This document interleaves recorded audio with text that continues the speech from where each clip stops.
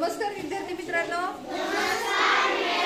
बघा आज आपण पुन्हा एकदा मराठीतलं वाक्य इंग्रजीमध्ये कसं करायचं हे बघणार आहोत.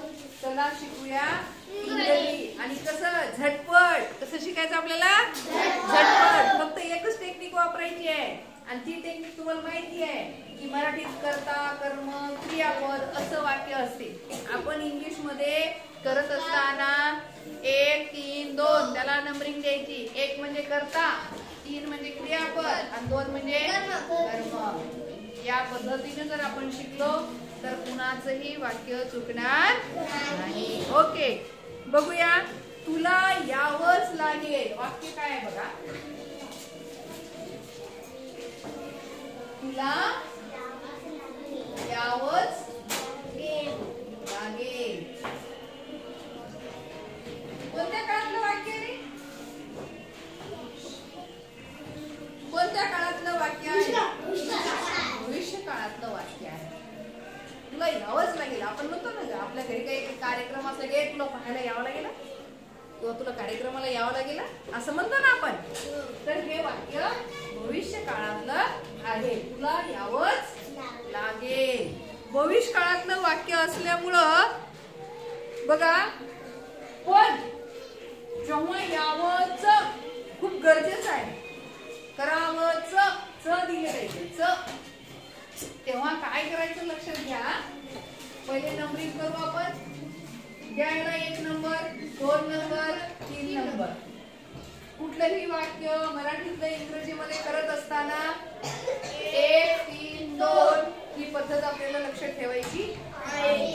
आता तुला शब्द काय येणार? तू, तुला, यू. साधा शब्द आहे. तुमच्या 1000 वेळा डोळ्याखालून गेलेला आहे. यू म्हणजे तू, तुला, यू. यावंच लागेल. च फार महत्वाचं आहे.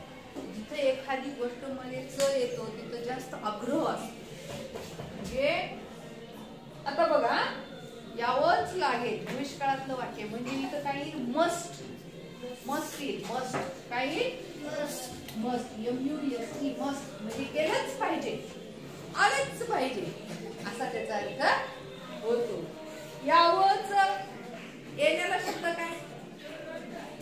येणे.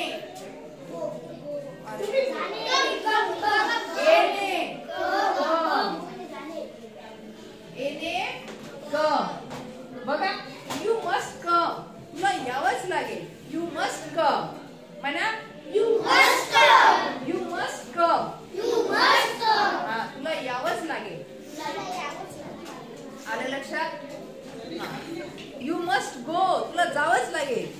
यू मस्ट गो म्हणजे तुला जावंच लागेल. म्हणजे जेव्हा एखादी गोष्ट आग्रह करून असते तिथं मस्ट हा शब्द येतो. लक्षात आलं तुमच्या? हा, पुढे बघा. दुसरं वाक्य बघा. त्यानंतरचं वाक्य आहे तो मूर्खपणा होता. आपण म्हणतो ना एखाद्या वेळेस काय मूर्खपणा केला है ना. म्हणजे एखादी जर गोष्ट चुकीची केली तो मूर्खपणा होता. तो मूर्खपणा होता. बघा, साधं वाक्य. तो मूर्खपणा होता. भविष्य भूतकाळातलं वाक्य आहे. तो मूर्खपणा होता म्हणजे एखादी गोष्ट जर करायची नव्हती आणि ती केली किंवा वाईट गोष्ट केली तर आपण त्याला मूर्खपणा केला म्हणतो है ना. बरोबर आहे का? तर या वाक्याला आपल्याला इंग्लिश मध्ये करायचं. मग कसं करायचं? नंबरिंग द्या. 1 2 3. बघा, आता सांगा. तो मूर्खपणा होता. तो इथं तो म्हणजे हा तो म्हणजे फक्त तो यू येणार नाही, येईल किंवा येणार नाही असं होणार नाही. मूर्खपणा होता म्हणजे इट वापरायचं. काय वापरायचं इथं? इट होता.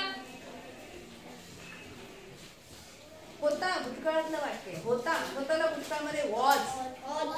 काय घेतात? वॉज. काय झालं? It was. आता मूर्खपणा इथे घ्यायचा. मूर्ख या शब्दाला इंग्लिश मध्ये काय म्हणतो आपण? स्टुपिड. काय म्हणतो? स्टुपिड. STUPID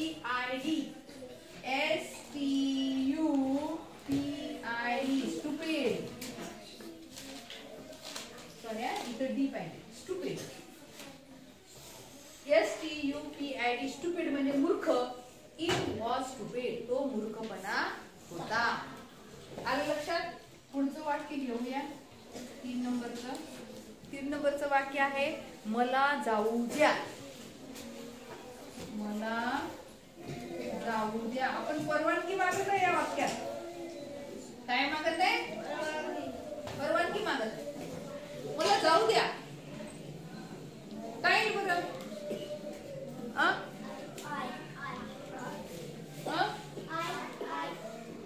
हो आय तरी पण मला सांगा.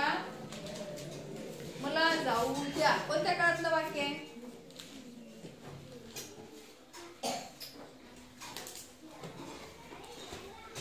बघा एखाद्याकडून आपण इथं काय करतात? परवानगी मागत आहे.